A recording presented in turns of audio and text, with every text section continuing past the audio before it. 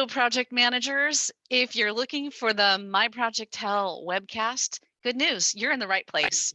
I'm Kelly Schockler, and my partner Paul and I are going to pack the next 20 minutes with some useful information and advice to help you navigate the world of project management and find some practical solutions for common project problems along the way. And I am Paul Thompson. And for all of you in the middle of your summer down under, welcome. This episode of My Project Hell, we are going to have a hot topic discussion, and we're going to work with a project manager in Coach's Corner to help her get out of her project hell. We do encourage you guys, please participate in this by using the chat, right? Bring up your thoughts and ideas and add them to the conversation. If you do have any questions for Kelly and I, if we have time, we'd be happy to answer them. Throw those in the Q&A and we'll get started. Kelly, where are we going today with today's hot topic?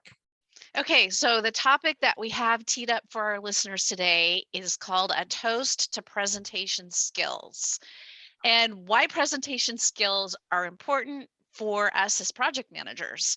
So when Paul and I were floating around ideas about what we wanted to discuss today, we both agreed that as project managers, we've got to have some solid presentation chops. It's a critical skill that we need to be successful in what we do, right? So often, we're creating presentations for our sponsors, our stakeholders, right? We've got to let them know how things are going.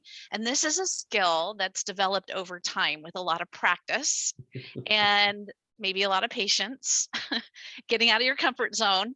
But I see it's one that we often neglect in our personal professional development roadmaps. So really, when was the last time that you purposefully read a book on improving your presentation skills, or attended a workshop or a webinar, or did something intentionally to develop your presentation skills? Maybe it's been a while, if at all, and you're not alone, because look at all of the not so great presentations you've had to sit through. Seriously, I think it's safe to say that everyone listening right now has had to sit through at least one bad presentation. Maybe you've delivered a few of those yourself. So Death by PowerPoint comes to mind, right? Right? Yeah. So just take a minute to think about the last sucky presentation you had to sit through. What was happening? Was the presenter using a bunch of slides that were loaded up with a ton of words, long sentences that caused you to just be repelled, go inward, tune out, think about those tacos you were going to eat for lunch? Maybe the presenter did all the talking and they left no room to engage the audience or allow for any questions. Or maybe they took an hour to tell you what they could have taken 20 minutes to fill you in on it. Or my personal favorite, you don't even know what the purpose of the presentation is or what's in it for you as a participant or a member of the audience. So obviously a great presentation is going to start with creating a solid framework for what you're going to talk about, because it's very difficult to do a good presentation based on a weak framework. So the core of that idea in creating a solid presentation is understanding your audience. That's the first thing you need to do, right? What is it that they are interested in knowing about the topic that you're going to speak on? So notice I said what they want to know, not what you think they want to know. And if you want to walk away with anything from this today, let it be the idea that when you put a little work into finding out what your audience wants in regard to the topic you're presenting on, then you're going to be they're going to be coming out with understanding. So just a little example, and then I'll let you have the floor here, Paul. Say you're tasked with giving a project update to a large group of stakeholders, right? And so you want to make sure that you're asking a variety of stakeholders representing the different stakeholder groups and interests. What the heck matters to them? Make sure that you're on target and providing them with what they want to learn and understand about your project. Because like I like to say, Paul, guessing is only going to get you closer to missing the mark. Nice. No, I like that, right? Because it's about putting out your message in a way that your audience can consume it. So if they're extremely technical, you can go with that technical route. If they're not at all technical and you have a technical topic that they're interested in, you have to rearrange your thoughts, your vocabulary and everything, and put it into their terms that they can easily understand and appreciate. So one of my favorite stories is about my little brother. And I mean, this guy can sell ice to Eskimos without a problem, right? He can pick up the phone, cold call someone, and convince them that they need to buy whatever it is, as long as he's one-on-one. But the moment he steps in front of a crowd, he freezes. And it's really something that's just not easy for any of us most of the time, is to talk to people in large crowds and groups. We've all had the dream of, standing on stage in our underwear and freezing up and all those things. So how do you get better? If you guys are not familiar with an organization called Toastmaster, I encourage you to look into it. So Toastmasters is an organization that gets people together and lets you practice presentations and build your presentation skills in a safe space. Now, a lot of companies, large companies, will have chapters within their company, and oftentimes you can just go up and find out who in your organization is doing it. Otherwise, a lot of times they'll meet at libraries, local coffee shops, but it really is a phenomenal place and a safe place to learn the things, because you're going to learn how to do a hot topic 3 minutes with no preparation, right? They just pick a topic and you got to talk on it for 2 minutes and not fill the space with gets you going. We're also going to talk, you're going to learn how to do interviewing, because you're going to be interviewing, right, for jobs. We all want them, as well as interviewing stakeholders and interviewing requirements gathering. So those are types of things that will also translate well for project manager, as well as what Kelly talked about, right? Presenting to your stakeholders in large groups. So everyone's different. I'm going to encourage you to find the way that meets best your needs to practice and to gain those skills, but really figure out the best way you can to get some time in front of the crowd and start to build those skills, because they'll pay off dividends down the road. Yeah, absolutely. Just pick something, start somewhere.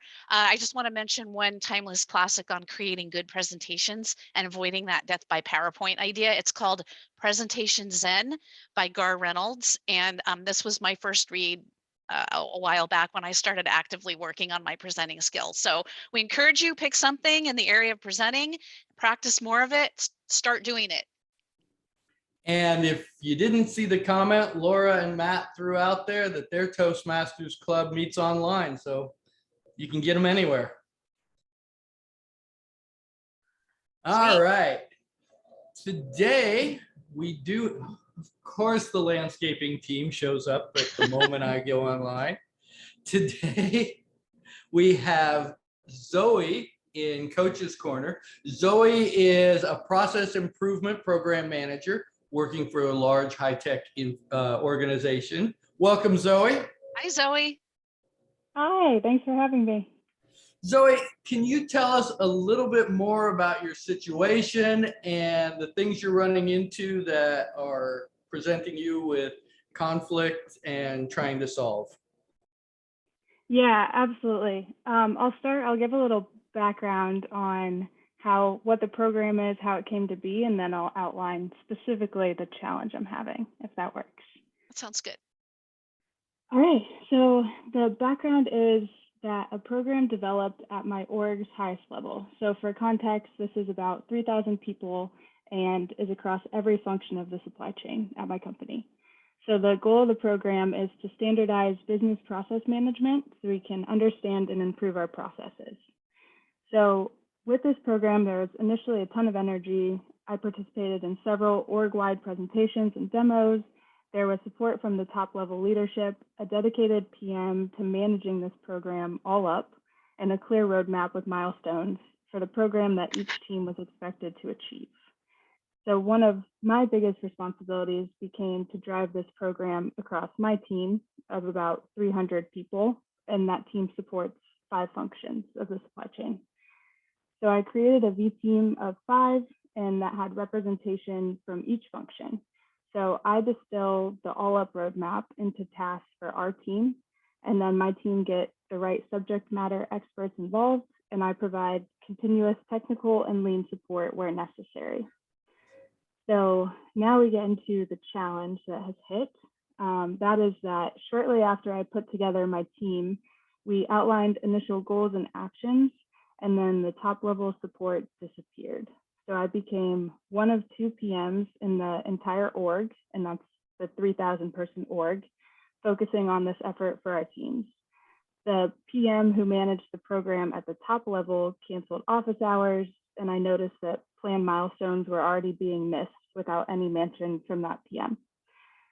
So this program is critical to the business, so I've continued to try to drive the action through my team. I see the value.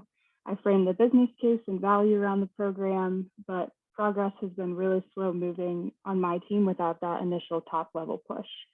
So regardless of presentations and pitches, my leadership team hasn't dedicated any support to the team continuing the program, and this detracts from the motivation of my peers to follow the roadmap and milestones with the effort that is required. So I'm looking on help what to do here. If I continue to push forward on progress, if I wait for top level support. So looking forward to hearing what you have to say. Well, you're in a tough spot. No question there, right? And there's really no right answer. We all know that. So it sounds like you started out with great support. Everybody was on board, and then it started to wane, and now it's down to, oh yeah, there's something going on over in the corner there. Is that kind of accurate? And yet you're still expected to produce as if everybody's all fully supporting you. Essentially, yes. Okay, so there's really the rub, right? It's like you can do what you can do. This is one of those things, at least for me, I have found that when you lose support, when you no longer have top level management standing behind you, you kind of have to, I feel I have to give it up. At least I have to start then carrying the flag for, hey, if we don't want this, that's okay. But we either, fish or cut bait, folks. We can't do this, this, and this that we want without the backing of these people, and make sure that they know, it's your backing is delivered through amplifying the message, through ensuring that everybody puts this as their priority, right? You don't have to go and give up a lot of your time, but you really have to be amplifying the message that we're doing important work on your behalf, and that the company as a whole is looking to achieve these kinds of goals.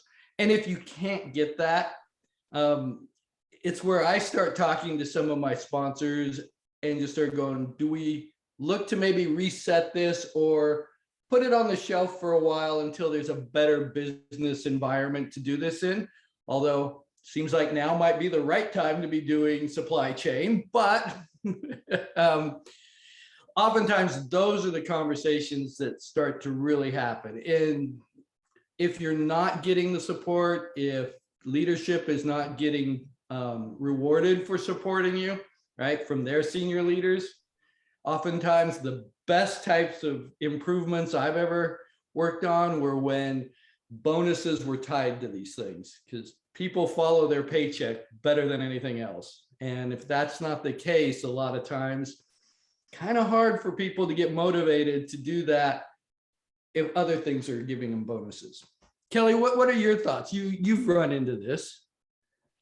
Well, Zoe, it sounds like you've done an immense amount of work creating visibility and trying to, promote the importance of continuous improvement and the refreshing of those processes.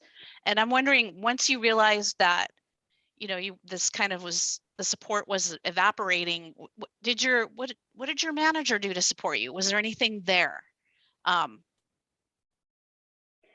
Yeah. I have great leadership, so they do offer a lot of support. But I felt like I was still being looked to push this forward, and without really being a part of that core V team and a part of my day to day where I'm having to reset this roadmap and seeing how many resources it really takes to get this done. His advice was really to continue to reframe and take it to leadership. So I had support, but now I feel like at this point I've reframed this program about 10 times without Yeah, it sure, moving sure. forward. So I might need to reset the conversation with my manager as well. Yeah. Okay. Well, I'm sure it's frustrating to spend all this time and energy framing up the vision, the business case, the value, and everything else you did, and then kind of getting a cold shoulder. But one thing, and I don't know if this is just water under the bridge now or whatnot, but it doesn't sound like they were really ever bought in or on board with the initiative, which makes it difficult to do anything. I mean, they might have given lip service. Yeah, this is a goal. We want to do this, but when they aren't engaged, then our hands get tied, just like what's happened to you. And so one thing, and again, it might be too late, I don't know, but I think that would be good just in the context of this conversation for our listeners is when we come into a situation like this where we've got to have leadership buy-in in order to make something happen, we've got to approach it with a consultant's mindset where, like, when a consultant, you drop in and you've got to quickly figure out, okay, what matters to my stakeholders? And I'm sure that you did that. But really what I mean by that is figuring out what things look from their perspective, digging in. What about what I'm going to be doing is going to make them look good, help them knock their leadership objective and key results, their OKRs, their KPIs, their annual strategic goals, whatever, right? What's going to help knock those things out of the park for them? What's my program or initiative going to do for them? And if it sounds like this is focused on ego, it is. um, whether or not you like it, this is the way of the world. As humans, we all have this degree of ego-based need, right? Where we want to know what's in it for me. And in this case, I think providing leadership with a solid understanding about how your program is going to make their life better in a way that's meaningful and relevant to each key leader that's how you would get that buy-in. And I don't know if there's a way, if they're still going forward, like Paul said, maybe it's shelving it now, but going back and trying that tactic, that's one idea. Just sounds like though you've done a tremendous amount of work already. Yeah, and I'll give you one last thing real quick, because the work you did, I think, is really phenomenal. Because in process improvement, really, you can't make it better until you know what it is. And you went through in my mind, the hard part about getting it all put on paper and really understanding the processes and laying them out for people to improve. So congrats on that. To me, that's always the hard part of dealing with this stuff. So great. Kelly did say, about rewards and keeping it in front of their ego. The one other thing I might suggest would be kind of this, she's got the carrot there. Now let's find the stick, right? So oftentimes that's where we build a dashboard that reports on metrics that probably are not going to be a lot of fun if you're not doing your job, right? And they're going to be very visible. A good mentor of mine once said, good project managers shouldn't own the outcomes necessarily, at least not if they can't control them. And so we need to think about, are we the weatherman here? I'm just telling you, it's raining. Wear an umbrella, get your umbrella, wear a rain slicker, because it's raining and I can't change the weather. If you want to change the weather, we can all move, but it's raining right now. Don't get mad at the messenger. So you start to get that carrot stick together, you can go a long way. And I have no doubts you gave it a lot of tries there. So curious, what are your thoughts now? This advice is excellent. I'm really excited. It just gives a new perspective on it. So my thoughts are definitely to take a look at KPIs, and that's what my organization goes off of. And so how can I directly tie this to the success and the KPIs that my org is marching to? So that's my first. And then also, yeah, what's a dashboard I can build around this to show how we're progressing? So it's less of just a concept and more tangible to see where we are at versus where we need to be. So this is great That is and awesome. applicable. Making it tangible can change the world, right? Yeah. It's such a big, impactful program. We wish you the best of luck with that, Zoe. Thank you for sharing your Project Hell with us and our listeners today. And we do have one ask of you that in, I don't know, a month or two, and something's maybe changed, just drop us a line at myprojecthell@gmail.com and let us know, what tactics you used, what progress happened in the situation, because we'd love to hear back from you. Yeah. Thank you for being on today. Absolutely. Thanks for having me again. Thank you so much, Zoe. All right. Well, go figure. We spent all of our time working with Zoe and talking about our hot topic. So it is time to wrap up this episode. I hope you all enjoyed it as much as Kelly and I did. We really do enjoy this, and we hope you'll continue to join us. You can catch the replays of this episode or any of our past, because we've been around for a year now, on our YouTube channel, and just look for it under My Project Hell. You can also look at our website and find a lot more information, like how to hit up Kelly and I for a free 30-minute call if you're running into some situations that you'd like to have us talk to you about. Yep, come back in a few weeks and join us where Paul and I are going to talk about project influencers on our hot topic, and we'll feature another adventurous project manager just like Zoe in our Project Hell Coaches Corner. Thank you, everyone. We'll see you next time. Thanks, everyone.